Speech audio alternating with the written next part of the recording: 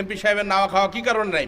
আমার এলাকার মানুষের কষ্ট এখনো শেষ হয় নাই, আমার দিনমজুরের কষ্ট শেষ হয় নাই, আমার ভ্যান চালকের কষ্ট শেষ হয় নাই, আমার এলাকার রাস্তাঘাট এখনো পাকা হয় নাই। আমি বসে থাকলে তো সেগুলো পাকা হবে না।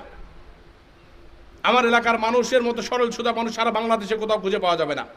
যদি তাই না হতো, জামাতের মতো দুর্ধর্ষ হিংস্র একটা মানে কি বলবো সংগঠন এখানকার বারবার নেতৃত্ব দিত না কোনোদিন। এই কোমলমতি মানুষের মধ্যে এসে আল্লাহর কথাবার্তা বলে তাদের মধ্যে ঢুকে যায়। এই দুইবার তারা নেতৃত্ব দিয়ে গেছে। কি দিছে? যখন জামাতের নেতৃত্ব ছিল। আজকে ঘোড়াঘাটের রাস্তা দিয়ে যখন যাতায়াত করেন, আনন্দে বুকটা ভরে ওঠে না? এটা বাংলাদেশ আওয়ামী লীগের টাকা নয়, এটা আপনাদের আপামর জনগণের টাকা। যখন গোবিন্দগঞ্জ থেকে ওই রাস্তা দিয়ে ঢাকা শহরে যান, বুকটা ভরে ওঠে না? আগে লাগতো 18 ঘন্টা, এখন লাগে 4 ঘন্টা।